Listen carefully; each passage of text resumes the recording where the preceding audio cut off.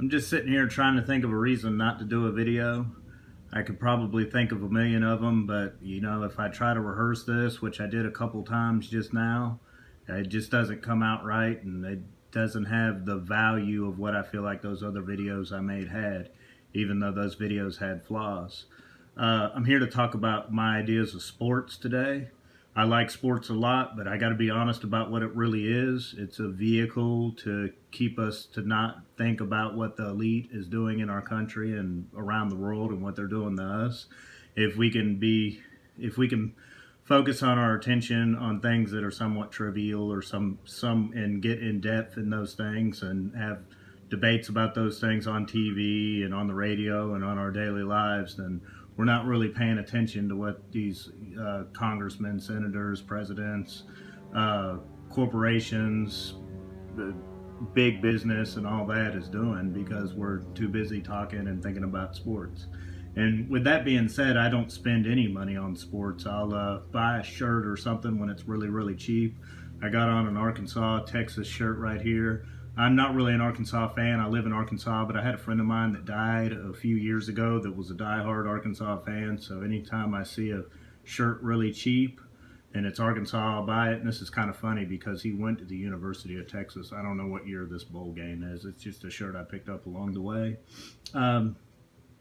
When it comes to sports, I don't spend any money on it. Like my wife asked, I asked my wife, well, how do I get onto this Disney Plus that they bought for my daughter so I can watch ESPN? She says, well, I have to pay a couple extra bucks for that. Let's do that. Let's do that for your Christmas. I said, nope, we're not doing it. I won't give them a dime if I can't, or if it comes down to it, I won't give them anything, because I don't want my money to resonate to what they are doing. I don't want it to carry over to that because of now. Do I feel like that there is value in it? Do I feel like there is value in it for the players to have the money, or for owners and everything to have the money? Of course.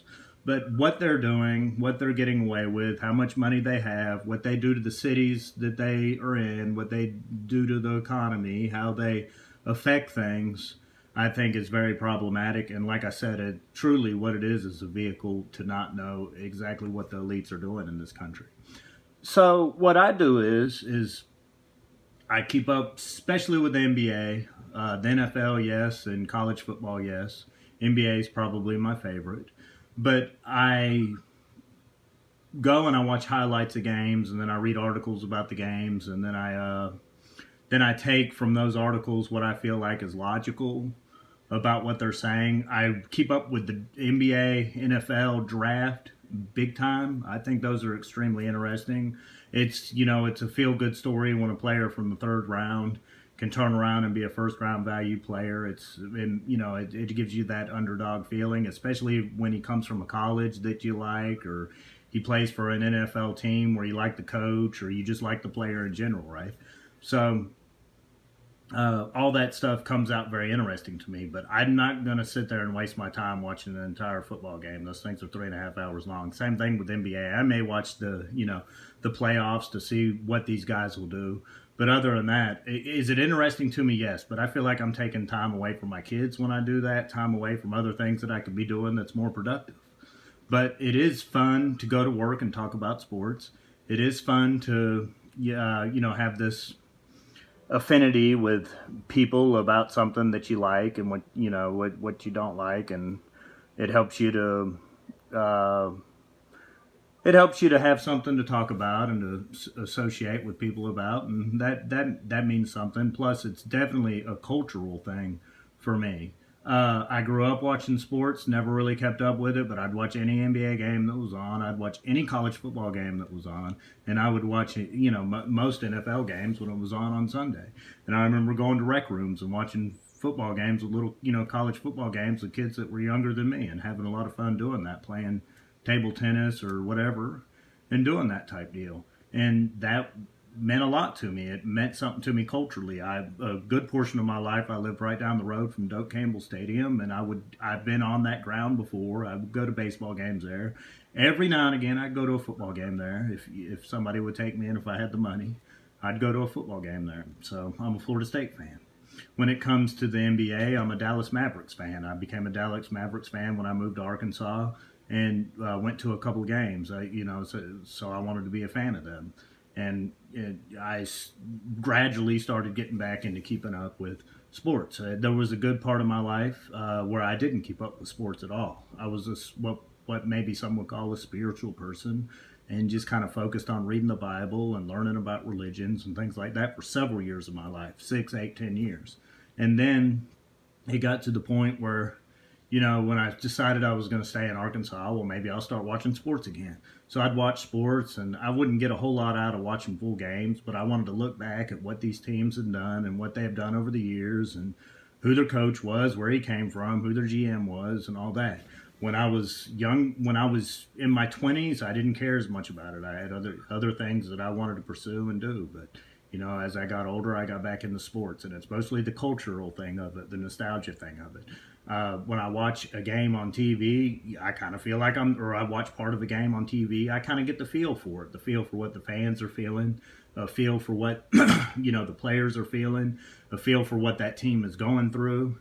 Like I say, I only really watch highlights of these games, but it just kind of gives me a feeling of awe and a feeling of immenseness, maybe. And that's what I really go for. Like I say, I mostly go for, I can get a feeling for a team based on what their draft is. I love it when people bash a draft pick for the NBA or the NFL that I like or I understand. I understand why they went that route, and I'm always interested in what does happen to that player. What are people saying about that player several years later? Last year in the NFL, you had Daniel Jones, and everybody bashed that number 6 pick, and now that number 6 pick looks all right. It doesn't look incredible, but it looks all right, right? This year we got Joe Burrow number 1. What's going to happen to him? Is he going to turn into the next Jameis Winston? Now he's saying he's got the same size hands as Jameis Winston, and Jameis Winston has a problem getting the ball down the middle of the field.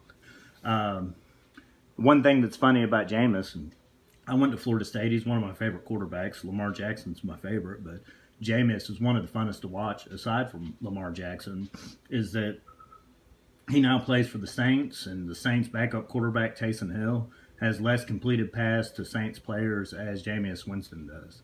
Jameis Winston has 7 interceptions to him, and Taysom Hill has 5 receptions to Saints players. So what I want to do is I want to make videos about each team in the NBA and the NFL and maybe some college, but mostly it's for me. If you guys want to watch it, that's fine, but it's for me to remember what I think about these teams. I can't remember what I think about, the 2016-17 Milwaukee Bucks. I just can't remember. Now, did I keep up with it then? Did I think it was interesting then?